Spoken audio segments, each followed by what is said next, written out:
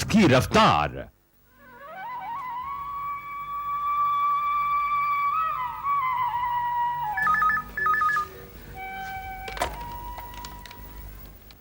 Hello. Hello, वहां से बात करवाइए। जी, आप कौन बात कर रहे हैं? मैं सक्सेरिया बोल रहा हूँ। ओह, सक्सेरिया साहब, मगर वो तो साहब पूजा कर रही है।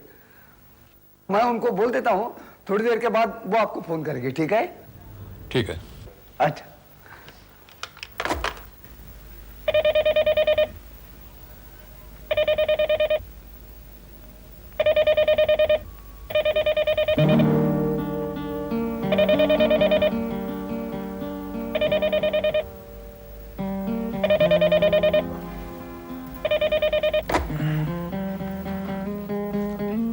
Hello. Good morning mister Yogesh Deshratan ji. कौन? मैं देशरतन खानदान की बहू और आपकी भाभी, जिसका नाम है निकिता। साथ में सवेरे सवेरे 7 बजे का अलार्म भी, क्योंकि आप तो बेचारी अलार्म क्लॉक का मुंह बंद करके वापस सो जाते हैं और ये काम मुझे ही करना पड़ता है। तुम भी हमेशा ना। सफाई देने की कोई जरूरत नहीं है, आप जल्दी से उठो, नहीं तो तुम्हारी फोन की घंटी यूं ही बजती रहेगी। मुझे विकी को भी उठाना है। हाँ ठीक है ठीक है।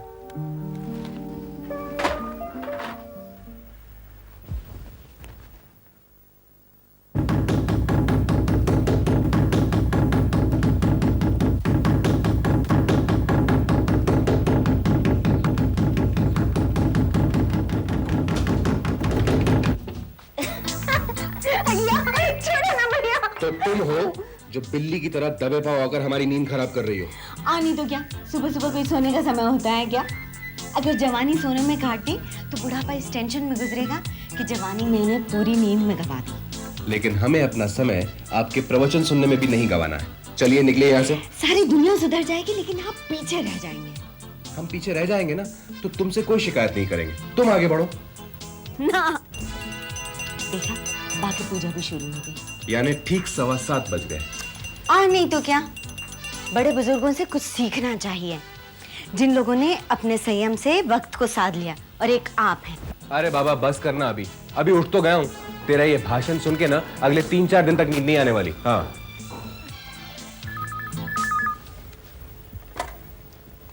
हेलो।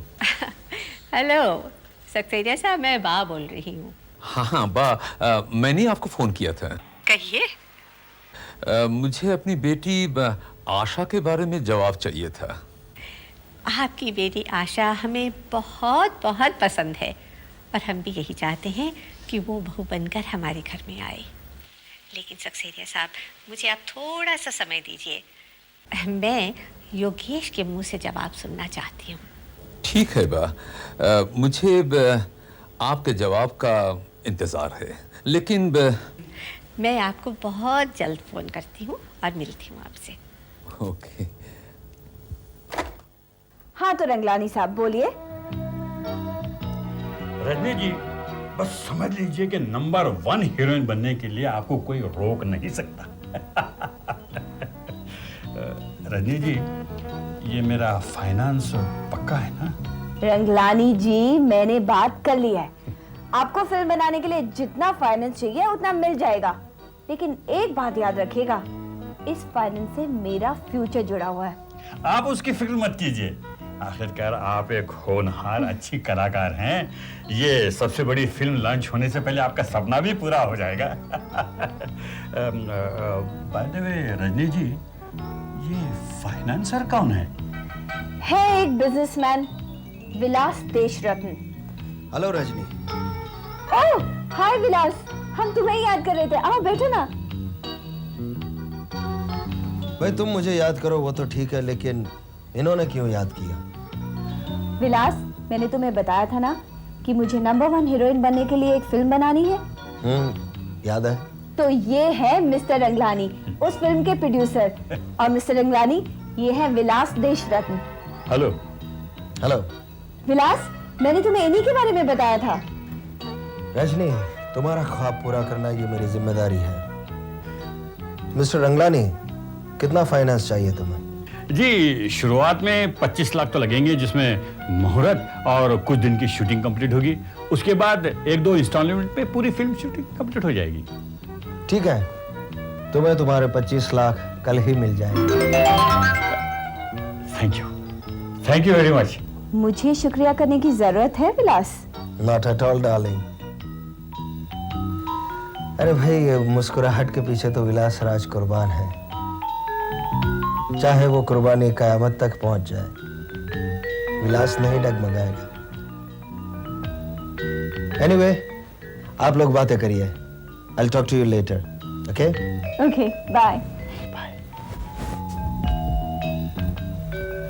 हाँ, तो कैसे लगे हमारे विलास? बहुत अच्छा।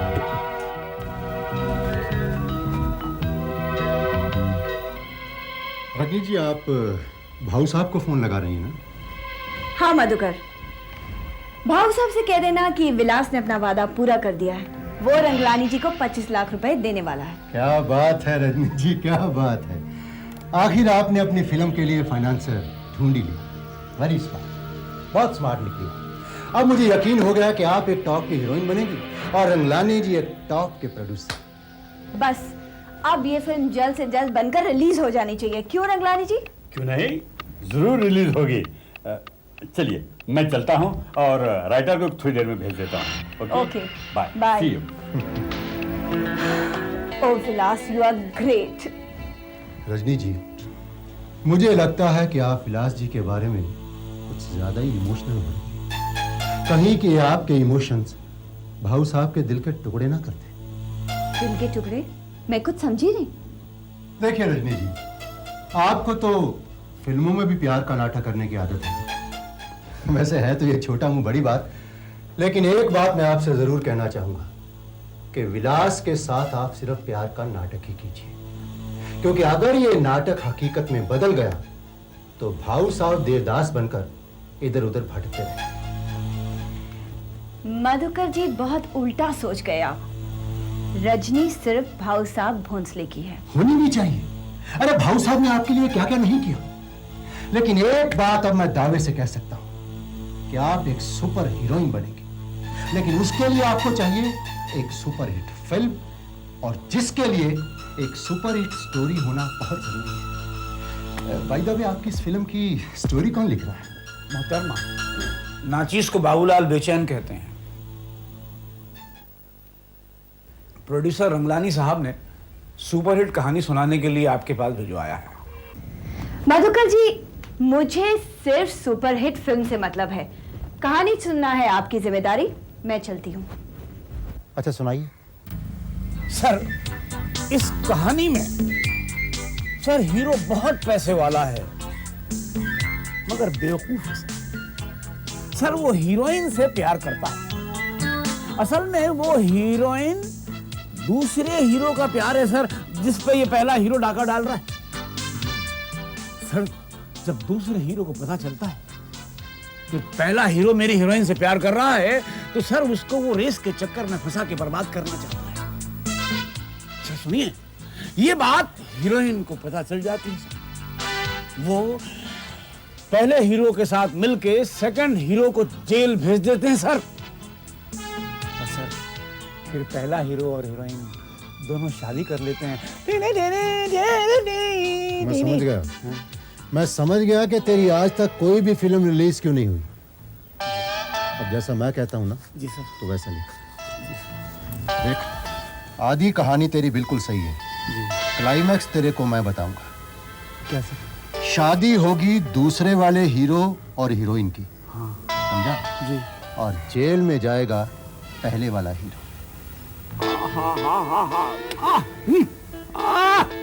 सर क्या ब्रिलियंट आइडिया सर।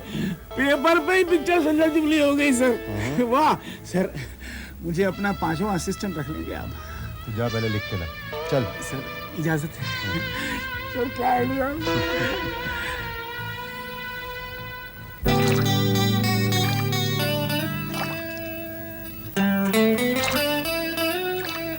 क्या लेंगे जनाब? चाय, कॉफी या नाश्ता? ये किन चीजों का नाम ले लिया तुमने? हा? अरे जब शराब और शबाब सामने हो तो फिर ये चाय कॉफी की क्या जरूरत है? जनाब बड़े शायराना लग रहे हैं। अरे दिन भर राजनीति से माथापच्ची करने के बाद एक तुम ही हो जिसके साथ मुझे सुकून मिलता है। क्यों? विलास आया था? वो सिर्फ रात में ही आता है। गुड, अच्छा है। वैसे मुझे पसंद तो नहीं कि मेरे अलावा भी कोई और तुम्हें, खैर जाने, कुछ ही दिनों की तो बात है। एक बार काम हो जाए उसके बाद तो सिर्फ मैं और तुम और कोई नहीं। आपको विलास से इतनी नफरत क्यों है? विलास का सारा खानदान मेरे जीजाजी डीएम के पीछे पड़ा है।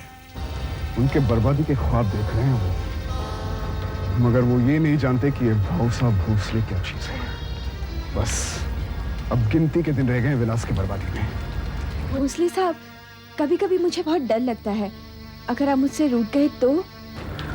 तुमसे रूठने का मतलब अपनी जिंदगी से रूठना है जानम। बस बस, बेचारा मजनू भी शर्मा गया होगा।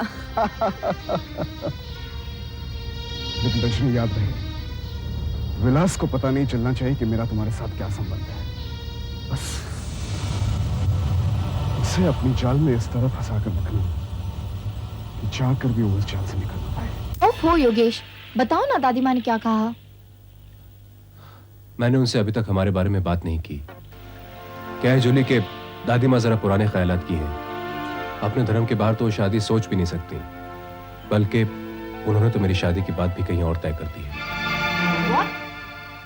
हाँ, आज सुबह डाइनिंग टेबल पर उन्होंने अपना फैसला सबको सुना दिया और उन्होंने कहा कि मेरी शादी होगी तो सिर्फ सक्सेरिया खानदान में होगी। लेकिन तुमने उन्हें कहा क्यों नहीं कि? लेकिन अगर मैं बताता तो बात और भी बिगड़ जाती।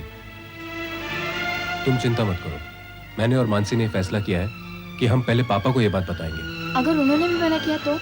ऐसा नहीं होगा, पापा ऐसे नहीं है, वो हमारी बात को समझेंगे। और रही बात सक्सेरिया की, तो मानसी उस लड़की को बहुत अच्छी तरह से जानती है। उसने कहा है कि वो जरूर कुछ ना कुछ करेगी। निकिता, जी बाबूजी। कहाँ से आ रही हो? जी मैं प्रेस गई थी। प्रेस पर इस वक्त? जी हाँ, दरअसल मुझे शॉपिंग करनी थी, इसलिए मैंने सोचा कि विलास भी मेरे साथ चलेंगे। शॉपिंग हो गई? जी हाँ। लाओ दिखाओ तो क्या शॉपिंग करके लाई? बाबूजी, सामान तो गाड़ी में है। हाँ हाँ, तो रामू को भेजकर सामान मंगवा लो ना। गाड़ी तो विलास ले गए हैं। विलास तुम्हारे साथ था? हाँ, शॉपिंग हम दोनों ने साथ ही की थी। वो तुम्हें छोड़ के गया यहाँ पे? हाँ हाँ, वो कह रहे थे कि उन्हें किसी दोस्त से मिलना था। ठीक है।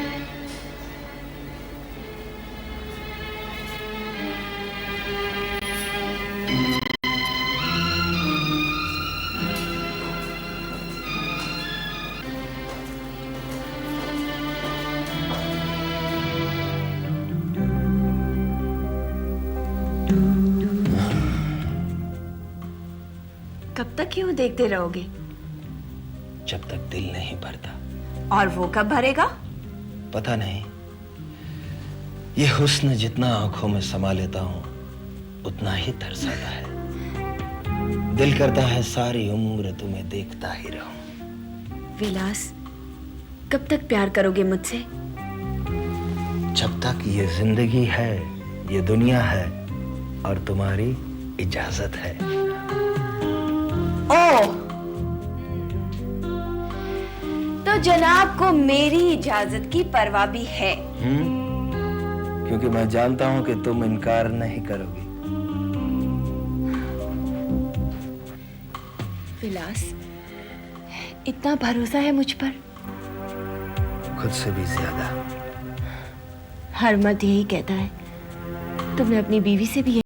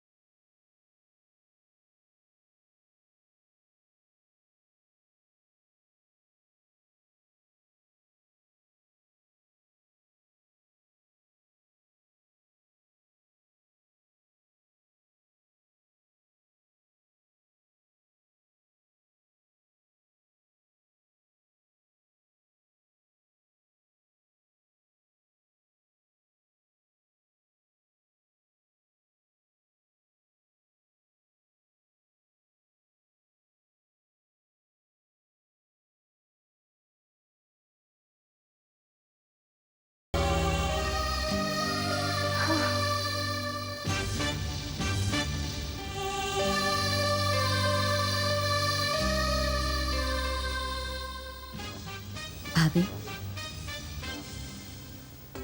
मानसी, क्या बात है, भैया मिले? हाँ मिले ना, हम लोग साथ में शॉपिंग कर रहे थे। भाभी, आप अब भी वही झूठ बोलेंगी जो आपने पापा से कहा था? मानसी वो भाभी, आखिर आप समझती क्या है? आपने कहा और पापा ने मान लिया।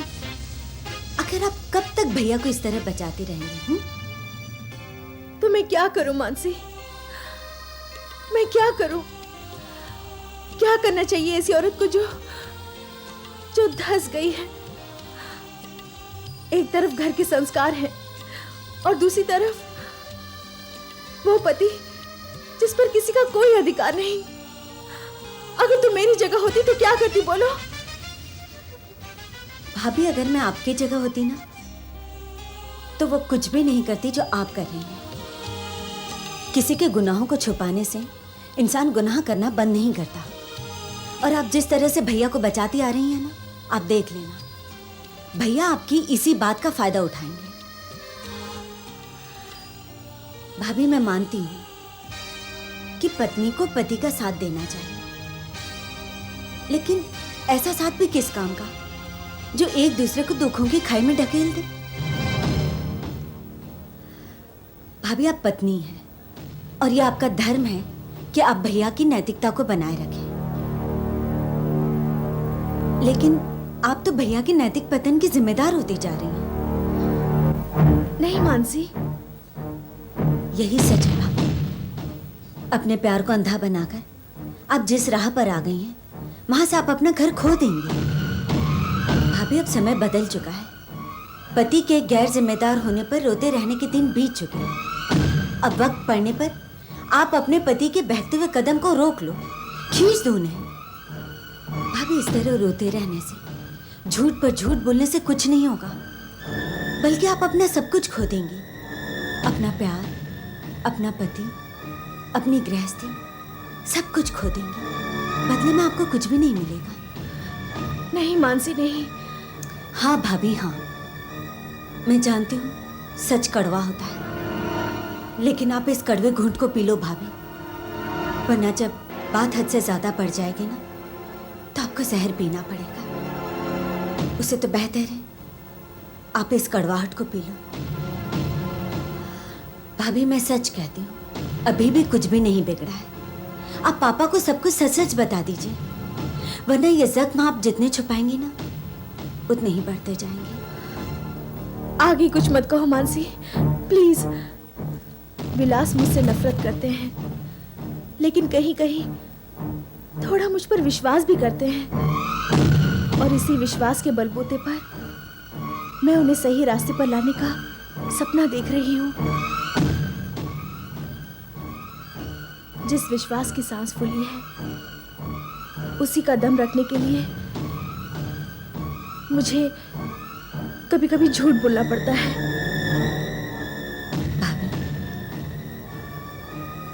मानसी, मुझे अपने आग में जलने दो। मगर क्यों? मुझे थोड़ा सा वक्त दे दो मानसी। मैं अपने जख्मों पर अपने ही तरीके से हल्के हाथों से मलहम लगाना चाहती हूँ। नहीं भाभी, नहीं, मैं आपको इस तरह अकेले दलदल में धंसने नहीं दूंगी। मानसी, तुम्हें मेरी कसम, मेरे विश्वास को मत टूटने दो। मेरी लड़ाई विलास से नहीं है और ना ही इस घर के रीति रिवाजों से है। मैं तो अपने आप से लड़ रही हूं। मुझे सारी कसौटियों पर कामयाब होना है। मुझे अपने अंदर के दुखों से लड़ना है, और ये लड़ाई मैं अकेले ही लड़ना चाहती हूँ। भाभी, शायद आप मेरी बातों को अच्छी तरह समझ नहीं रही हैं। भगवान न करे जब तक आपको मेरी बात समझ में आए तब तक बहुत देर ना हो गई हो।